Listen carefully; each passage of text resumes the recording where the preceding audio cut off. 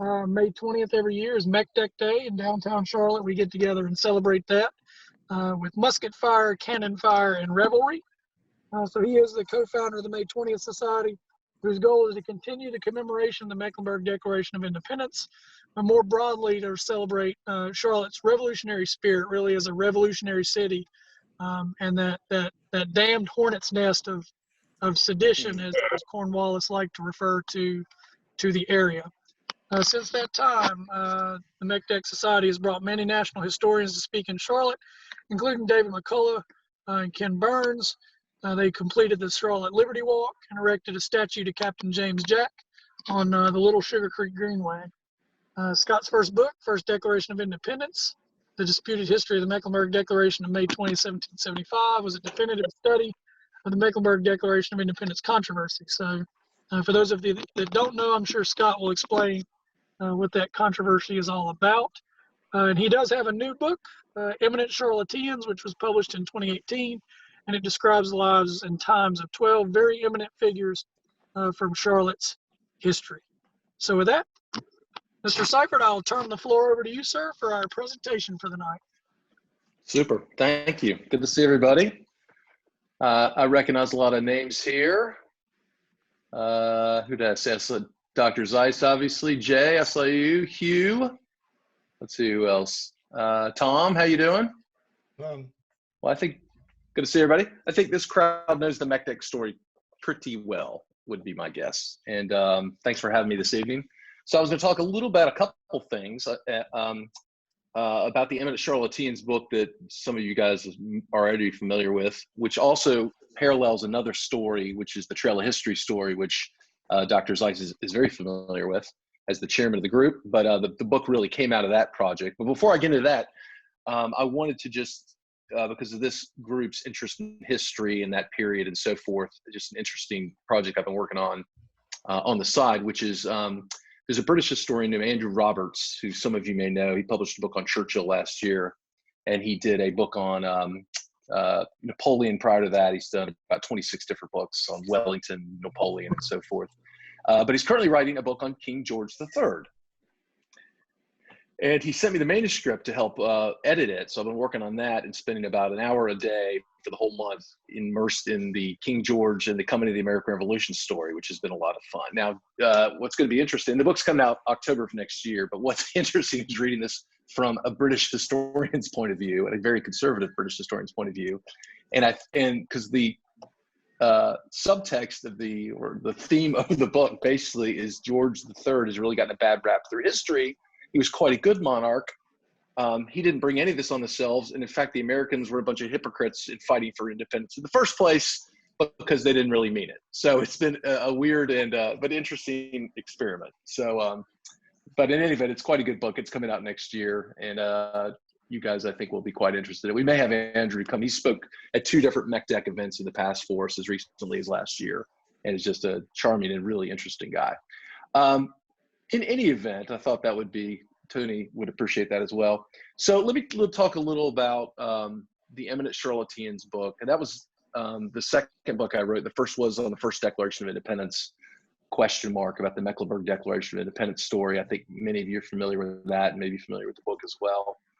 And when I finished that, there was a bunch of other stories that were very interesting that were sort of touched on in the first book, but didn't really fit properly for a lengthy discussion.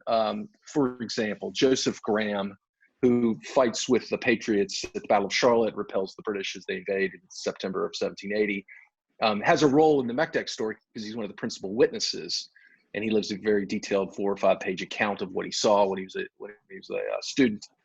But I didn't really get into his life very much, but I wanted to do more about that. So that was one story that I wanted to sort of pick up and run with. The other project that was going on at the same, and is still going on now, is Dr. Zeiss started a project I think many of you are very familiar with called the Trail of History, which is to erect 21 bronze historical statues along the Little Sugar Creek Greenway of individuals who contributed to Mecklenburg County and Charlotte's development over the years. And that project started in 2010 with the Captain James Jack statue, which everyone I think here knows. No, it's not Paul Revere. We tell people it's Captain Jack. Paul Revere rode across town and was arrested, but Captain Jack rode all the way to Philadelphia and made it. So he's far more important, but he didn't have a good PR representative like Paul Revere did. But in any event, so that was the first statue. 8 statues have now been completed since, including William Henry Belk, Jane Wilkes, who was one of the leading practitioners of healthcare here in the period of the Civil War, Thaddeus Lincoln Tate, who was the leading African-American philanthropist and entrepreneur in the period of the 1880s to the 1920 period. Others include James B. Duke, and from the Revolutionary period, King Hagler, who's the leader of the Catawbas in the period from 1750s to the 1760s, as well as Thomas Spratt, who, as you guys know, was the first European settler in the area. And Hagler and Spratt were friends and sort of embodied the relationship between the European settlers and the Catawba. So these are a number and we've had a couple other statues come online recently, including one to the Thompson's Children Orphanage, which is, 3 kids and a gentleman sitting with their feet in Sugar Creek, which is a really cool statue. And then most recently, we've done the Philip Van Avery statue. Was unveiled about a year ago right now, if I'm not mistaken. I think it was early December, by Chaz Fagan. Chaz Fagan is the local artist he's an international artist, he lives locally, I should say, who did the Captain Jack bronze, he did Spratt and Hagler, and he did the Philip Van Avery statue. So we've got 8 statues up with 4 more in the queue, including Julius Chambers and Annie Alexander that are coming online. And as part of that project, we do a lot of intense work on the history of these people and who they are and what did they contribute and, their foibles. And it was amazing, even to our group, how little about most of these people was known to us, other than maybe their name. And certainly how little is known to them in sort of the broader community here, which of course is part of the point of putting the statues up, to sort of broaden awareness of these folks. So as part of that, I thought, where would one go if you wanted to learn more about King Hagler or about Philip Van Avery or various folks on the trail? How do you, where is their story told? It was sort of similar to the Meckdeck story, which is, if you want to learn about it, how did you do that? Because there was a bunch of pamphlets and books and whatever published, from basically the 1840s on. And one set of books had titles that said the Mecklenburg Declaration of Independence, fake news. And the other part of books said the Mecklenburg Declaration of Independence comprehensively proven. But really, on both sides, it was propaganda, right? It was they took a position that was true and then they backed into it from that. And so they weren't really interesting. But I couldn't find a book anywhere that sort of gave the pluses and minuses and set it all out in a sort of objective, rational way. And that was the origin of my book. And similarly with the Eminent Charlotteans, it was, okay, how do we, where does one go to learn about King Hagler or Spratt or so forth? So I decided to, one, take the stories that hadn't quite made it in the first book. Joseph Graham is a good example. And the Trail of History characters. King Hagler, for example, and I compiled them in a book of 12, so it's 12 chapters, starting with Hagler, who's the earliest person in the, in the chronology of Mecklenburg County, and going all the way up to the present. So that's the structure of the book. And I'll tell you a little about some of the people we cover, some of whom you may know, and some of them you probably don't. I'm sure some of you know. So it starts with Hagler and Spratt's interesting story in their friendship. And Spratt is a local patriot, obviously. He is a feisty Scots-Irish. He sort of personifies the Scots-Irish Revolutionary War character. The British called them crackers, which was I didn't know that till researching the book, which was their pejorative name for these poor, sort of aggressive, as they saw them, militant, hard-drinking people that lived here who were very violent and the British were very afraid of. And Spratt sort of personified that. And he fights at the Battle of Wahab Plantation and is wounded. And some other engagements perhaps as well. Some of the records are not quite clear, but Spratt was sort of interesting for that period in this character. Another person some of you may be familiar with who features in the Meckdeck book is Alexander Craighead. He was the first Presbyterian minister in the Mecklenburg region, and he came from a line that was called the Covenanters, which was a militant, very anti-English sort of splinter faction, I call it, of the Presbyterian Church, who actually were here for the exact reason that they were trying to get away from, as far away as they could from the British and from British authority. And Alexander Craighead leads his parishioners into the woods around Sugar Creek and sort of leads the anti-British, anti-Anglican Church, charge. In fact, a lot of the MECDEC participants would write that, the whole spirit of what we did was personified by Alexander Craighead, who was the leader of our community. And Craighead dies 10 years before the American Revolution breaks out. So he's not a participant in it, but he affects and sort of represents that revolutionary spirit. As does Thomas Polk. So Thomas Polk, of course, plays a key role in the MECDEC story. He's the guy who calls the meeting on May 19th. He reads the Mecklenburg Declaration at noon on May 20th to the assembled people. So I did a deeper dive on Thomas Polk, and he was quite an influential figure. There's letters from George Washington back and forth to Polk. He knew Nathaniel Greene. He knew all these folks. He is credited with saving the Liberty Bell. He spent time at Valley Forge. So all these sort of ancillary but really cool stories about Thomas Polk that I wanted to take a deeper dive on. He also has an interesting end to his tale in that he, in terms of the American Revolution, he has a falling out with some of his senior commanders. He gets passed over for promotion, and he takes that very poorly, and he resigns. And there are some whispers among people that don't like Polk that perhaps he's colluding with the British, and he's brought up on a sort of not a trial, but he's brought up for questioning about Nathaniel Greene, and the charges are dismissed and so forth. But sort of a cloud hangs over him after that, and he sours a little bit on his role, as part of, as one of the leaders of the community. But an super interesting story. So Captain James Jack, of course, you can't write a book about Charlotte without Captain James Jack. He plays a major role in the MECDEC story, of course. But what does one know about this character? Where did he live? What do we really know about him? Where did he die? And that sort of stuff. So this is sort of the definitive story of Jack. And then finally, from this period was Joseph Graham. Two stories. One was Joseph Graham, who I said, as you guys know, leads the fight against the British in September of 1780 during the British invasion of Charlotte and Mecklenburg. He is severely wounded, basically left for dead by the British, recovers, and after many months in recuperation, continues, becomes a leading political and military figure in the region. So he is an interesting story in itself, but a different story, a different side of the American Revolution, which is not that much written about, which I thought was interesting and wanted to explore, was the African American experience of the American Revolution. And so there was a gentleman named Ishmael Titus, who we discovered and did some work on. And Ishmael, and in fact, he gets celebrated on the Charlotte Liberty Walk. There's a plaque to him in front of the Gant Center. But he is a slave from Rowan County, and he is sent to fight by his masters in lieu of, I thought, one of their sons. You could send a replacement in the militia. And he is engaged in all of the major engagements in the South, in Camden and Guilford Courthouse and Kings Mountain and so forth and so on. And at the end of the American Revolution, he escapes slavery and he flees to Massachusetts, where he lives to the ripe old age of, I think, 90, and writes his account as he's trying to obtain a pension. And so a really fascinating and sort of upside down account. And so I go into this chapter of talking about Ishmael Titus.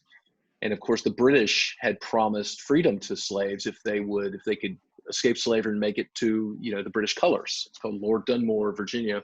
Lord Dunmore's proclamation freed, or would have freed, many of the African-American slaves. And the American patriots of the period, many of them write, Adams and others write, wherever the British Army went, there was a trail of freed, desperate slaves following them throughout the South. And many of these people end up in Nova Scotia and Canada after the war, fleeing with the Loyalists. So that's a really interesting story. It kind of turns on its head a little bit, our preconceptions perhaps about, liberty and freedom and who was fighting for what, the American Revolution. And just was, to me, quite interesting. So from that, I told, there's another chapter similar on sort of what I call the Forgotten Charlatans, which were, the thousands of slaves who lived in this period and lived in this region, of which there's almost nothing written. We know very little about them. And I got interested in this, this area of history when my son did his Eagle Scout project at a small abandoned African American cemetery off Morrison Road near South Park. If you're coming up Morrison Road towards Barnes and Noble, and so coming up on your left, and on your left is this sort of wooded plot, in the middle of South Park. Well, it's the remains of a church that's long since gone, and there's an old cemetery there. And so many of the folks, so we've worked on restoring that cemetery as part of the Eagle Scout project, and we found, buried in, beneath trees and in depressions were the old, some of the old gravestones. There's not many were wood and they're gone, but some of were still there. One of which we found is a simple, field stone, and on it is written, it says Anna died, D-I-D, and that's it. Not clear if it was in 1865 or 1870 or when it's from. So that was an interesting part of Charlotte's history that we sort of, doesn't get the spotlight on it. And it's hard to put the spotlight on it, candidly, because there's so little written records. So finally, 3 other stories in the book that were very interesting. And let me back up before I get into that. So as you can tell, the book is very top heavy on the Revolutionary War.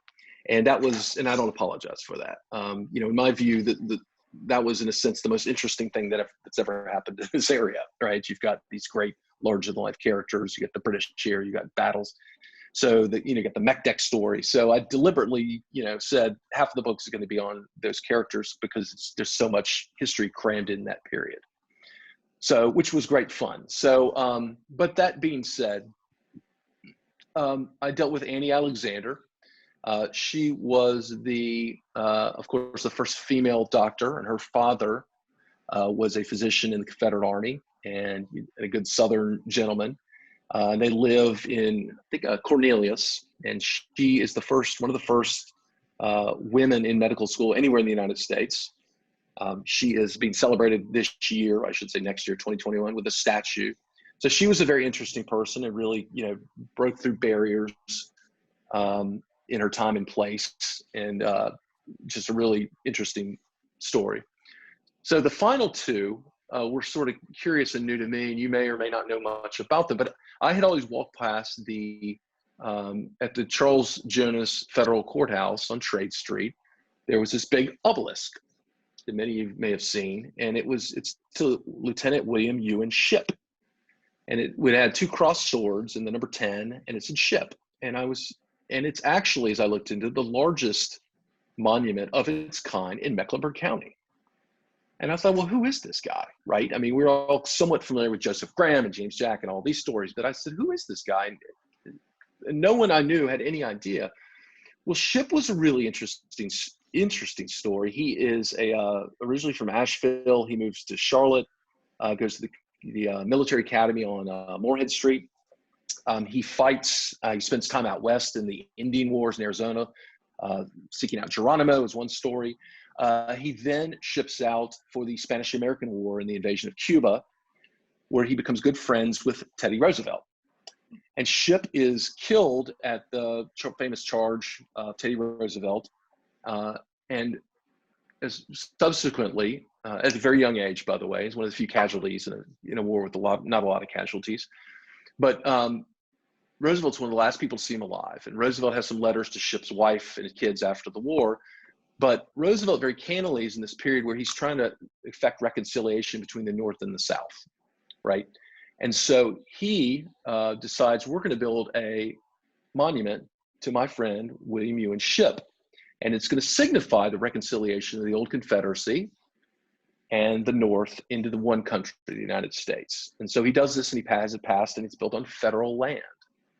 So it's kind of an interesting code to everything that's going on now, the debates and the craziness with the statues being pulled down and whatnot, that you've got this, this statue that was erected to effect reconciliation. And as this group probably knows, a lot of the statues you see in Confederate cemeteries will have the hands shaking hands. And the reason for that, of course, is it's a gesture of reconciliation of the North and the South. Not, as many would allege, white supremacy or anything like that. But be that as it may, the Shipp story is quite an interesting one. I didn't know nothing about this at all. So the final one is, I felt like we needed somebody. Well, one, I didn't want to have anybody that was alive. It was sort of a contemporary, because you're just wading into, too many potential things. And that was 3 years ago.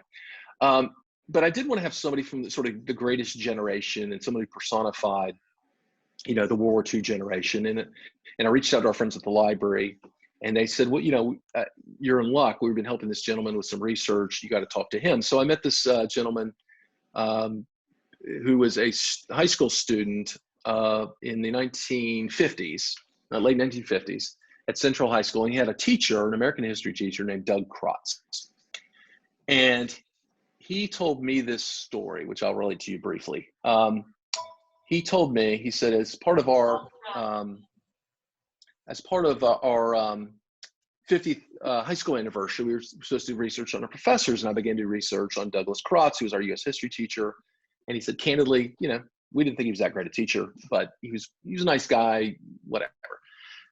As part of his research, he went, holy cow, he was awarded the Navy Cross and the Bronze Star at the Battle of Tarawa in the Pacific. And no one in his class, none of the students knew it. It was completely unknown. He never spoke about it. And he began to give some research. He began to look into this and found that all this, all the military histories of the period would talk about that Krotz may have single-handedly won the Battle of Tarawa for the U.S. Marine Corps. That's a bit of an overstatement, but you get the point, which was the first amphibious invasion of the Pacific in World War II. And briefly, the story of Douglas Krotz was, he enlisted, as many did, in the Marine Corps. He shipped out, they get trained in tanks. And tanks had never been used in amphibious invasions. They were still very new technology, right? So the Marines really didn't know how to use these tanks, literally. So 11 tanks land at the Battle of Tarawa. 7 of them are blown up as they're on the beach, and they're gone. The Marines are pinned down overnight. They have to wade in 1,000 yards because they get the tides wrong, and they're just massacred on this tiny spit of land smaller than Dilworth in the South Pacific that's completely been fortified by the Japanese for 15 years. And it's a complete massacre. And Krotz is stuck on the beach, and during the night he will sneak behind lines to steal ammunition for the tanks, because they realize the only way they're getting off Tarawa is if the tanks they have 3 tanks that are grounded in the surf, can begin blowing up these hidden pillboxes that are buried 30 feet deep. And so the next morning, Krotz will crawl around and point to the 3 surviving tanks where the Japanese pillboxes are, because they can't see them. So he'll lay there and he'll point his gun at wherever he wants the tanks to shoot to take out the pillboxes. Oh. And he does this for basically 15 hours. And of course, the Japanese see what's going on, and so they're going after him, and they're trying to kill him. And this goes on, and he leads the tanks around Tarawa for 2.5 days, and that's how Tarawa is finally secured.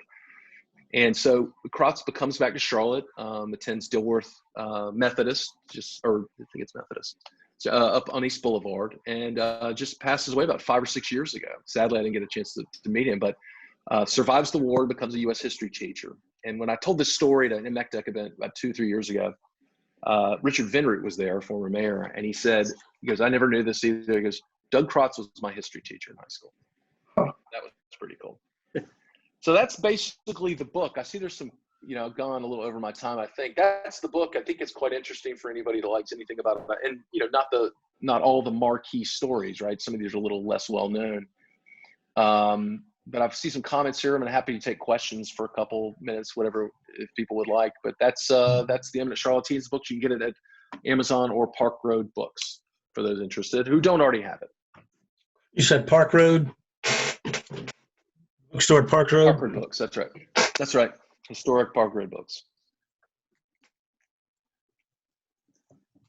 So I would ask Tony Zeiss. Yeah, Tony, so tell me, what did I leave out about our Trail of History project that I should have brought up? Did I cover it effectively, Mr. Chairman? Thank you, Scott. You're brilliant, and I really appreciate that. And I say that the history is made up of all volunteers. Nobody takes any money, and we've raised, I think we're probably around $5 or $6 million of private funds. They're all private funds to these statues, so that we can continue the legacy, the historical legacy of this amazing community. And by the way, Scott, as soon as you join the SAR, as I know you have an interest, we want you to work on that, because we know that when we can get to the Charlotte Shout event, where all the historical agencies come together that you and I worked on and put together. COVID stopped it. But when that happens, we're going to, SAR, we're going to work on trying to help develop some reenactors around those statues to talk to people as they walk up and down and see them.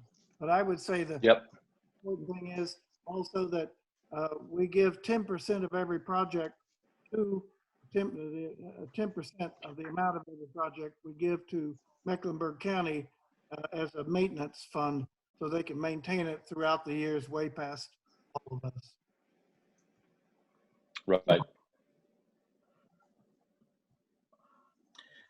Hey, Scott, have you had much luck reaching out to descendants of the folks that you've written about?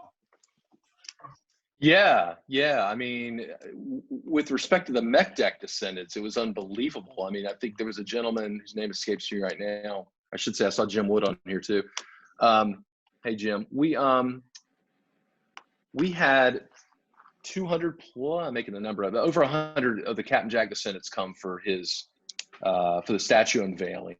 I get messages all the time from various Jack descendants who are reading, want to read the book or want to know what's going on.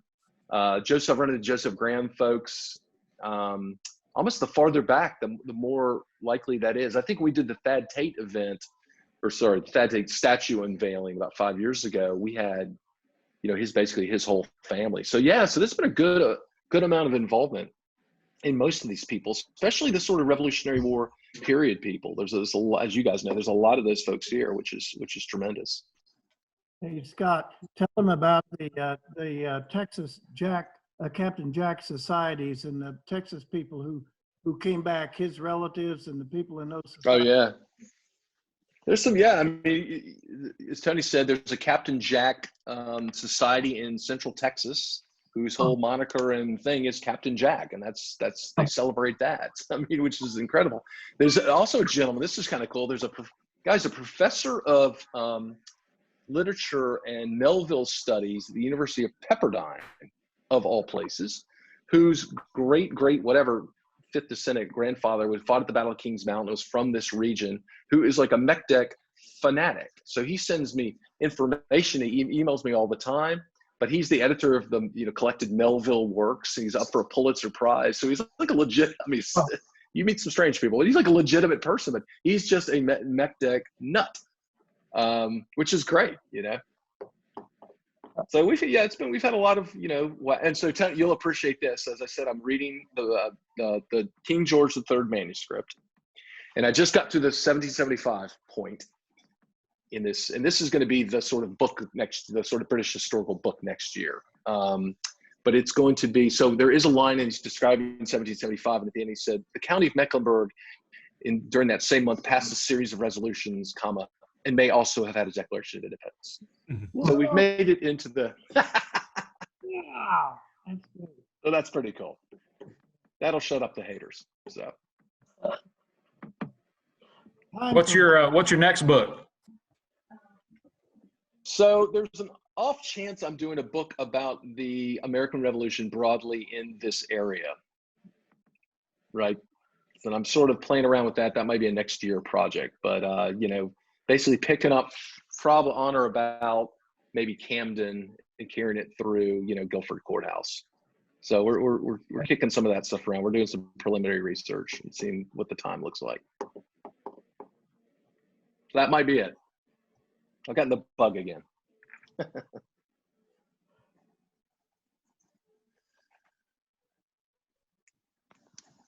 Anybody else? Let's see. Jay had a comment. Scott, can you give us I'll touch on this briefly if you'd like. Give us a flavor of Captain Jack was. The short story on that, very short stories, we don't really know much about Captain Jack. He has an outsized presence now, kind of in talking about his history, sort of taken on a symbol of this whole period, which is great. But, a lot of people at the time don't really talk much about him. He was, in a way, he was sort of the FedEx guy. So we know very little about him other than his parents, and he ran a tavern on Trade Street. He was not a participant in the Meckdeck story. He's not identified as a signer or, one of the people voting on it. So it's not quite clear if he was a volunteer or was asked to, deliver the mech deck or what.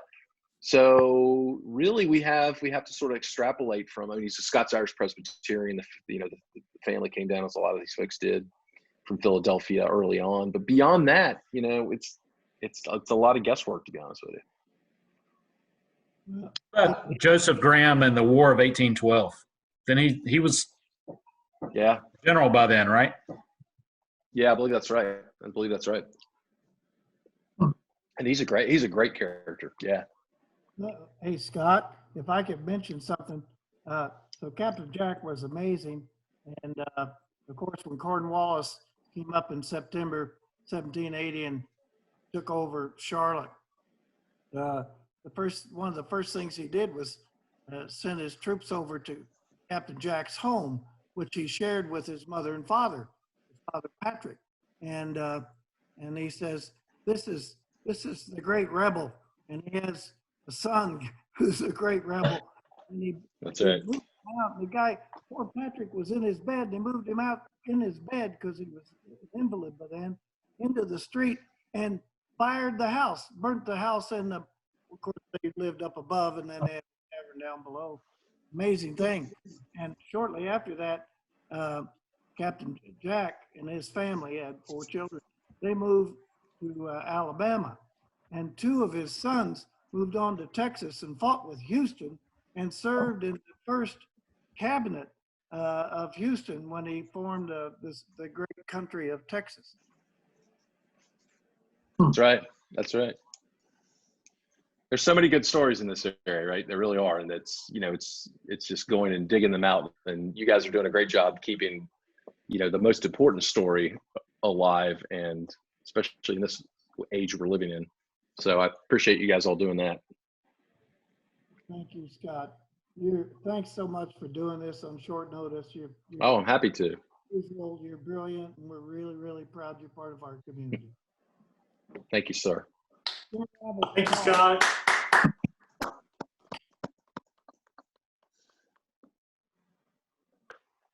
Keep up the good work. All right, so does anyone else have anything for our speaker? All right, hearing none. Again, Scott, I do thank you. It has been an interesting year as far as speaker arrangements and holding meetings or not holding meetings. Yeah. Whether we were going to be hybrid meetings or Zoom meetings. So I do appreciate the flexibility and really coming in and giving us a good feel and a good flavor for some Charlatans that some of us have heard of, and several that many of us have not heard of. That really kind of ties us to the history of the area and really gives us a legacy to stand up for and to. So I appreciate that.